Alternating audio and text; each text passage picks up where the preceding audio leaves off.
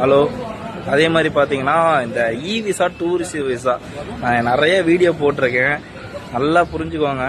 Tourism விசாங்கிறது பார்த்தீங்கன்னா 90 நாள் கொடுப்பாங்க ஸ்டாம்பிங். இது சுற்றி பார்க்கறது தான். இ விசா பார்த்தீங்கன்னா 16 நாள் A4 சீட்டு சைஸில் இருக்கும் உங்களுக்கு பார்க்க, சரிங்களா?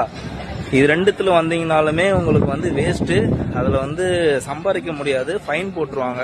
ஸோ நல்லா புரிஞ்சுக்கோங்க. அதுக்கு 30 ரூபா தான் ஆகுங்க. ஓப்பனாக சொல்ல போகிறேன், 30 ரூபா தான் ஆகும். அதுக்கு எதுக்கு 3 லட்சம் 3.5 லட்சம் கட்டுறீங்கிறது எனக்கு புரிய மாட்டேங்குது. நல்லா கேட்டுக்கோங்க. 3 லட்சம் 3.5 லட்சம் 4 லட்சம் 6 லட்சம் கட்டுறீங்க. எனக்கு நிறைய என்கொயரி வரதுல பார்த்தீங்கன்னா உங்களுக்கு பார்த்தீங்கன்னா 3.5 லட்சம் 4 லட்சம் 6 லட்சம் கட்டி இந்த மன்னார்குடி சைடு, தஞ்சாவூர் சைடு, அதே மாதிரி பார்த்தீங்கன்னா பரமக்குடி சைடு, இந்த சைட்லாம் கட்டிட்டு வர்றீங்க. தயவு செஞ்சு சொல்கிறேன், உங்கள் ஊர் சைடு யாராவது இ விசா டூரிஸ்ட் விசாவில் பண்ணுறாங்கன்னா ஏமாறாதீங்க. அது வெறும் 30,000 ரூபா தாங்க ஆகும். அதுக்கு 3 லட்சம் 4 லட்சம் கட்டிட்டு இங்கே உங்களால் சம்பாதிக்கவும் முடியாது. போலீஸ்க்கு பயந்து இருக்கணும். இப்படிங்கிற மாதிரி சுதந்திரமாக இருக்க முடியாது.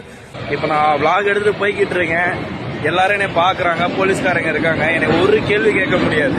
ஏன்னா என்கிட்ட டாக்குமெண்ட் இருக்குது, ரெஜிஸ்ட்ரேஷன் காப்பி இருக்குது. ஸோ அப்படிங்கிறப்ப என்ன யாருமே கொஸ்டின் கேட்க முடியாது ஏன் இங்கே இருக்குன்ட்டு. ஆனால் உங்களால் இப்போ நடந்து போக முடியாது, பதுங்கி வாழணும். ஸோ அதனால தான் இதுதான் டிஃப்ரென்ஸு. நல்லா புரிஞ்சுக்கோங்க. என்கிட்ட தான் நீங்கள் கொடுக்கணும்னு அவசியம் இல்லை. நிறைய ஏஜென்ட்ஸ் பண்ணித்தராங்க, இல்லைன்னு சொல்ல. பட் நம்பி ஏமாந்து போய் அந்த 30,000 ரூபாய்க்கு போயிட்டு 3.5 லட்சம் கட்டிங்கன்னா உங்களுக்கு எவ்வளோ டொக்காட்டிலாம் இருக்குது. ஃபாரின் லைஃபே பார்த்தீங்கன்னா கொஞ்சம் இந்த மாதிரி லைஃபு.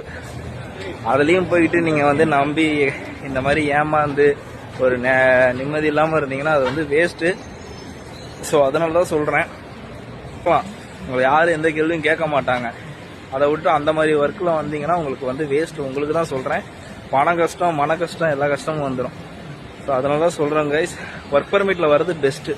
என்ன கேட்டிங்கன்னா என்ன வேணாலும் ஜாப் மாறிக்கலாம், வச்சுக்கலாம், சரிங்களா? ஓகே கைஸ், இந்த வீடியோ ஃபார்வர்ட் பண்ணி விடுங்க நிறைய பேர்த்துக்கு. இன்னும் நிறைய பேர் புரிஞ்சுக்காமல் இருக்காங்க. ஸோ அதனால தான் சொல்கிறேன்.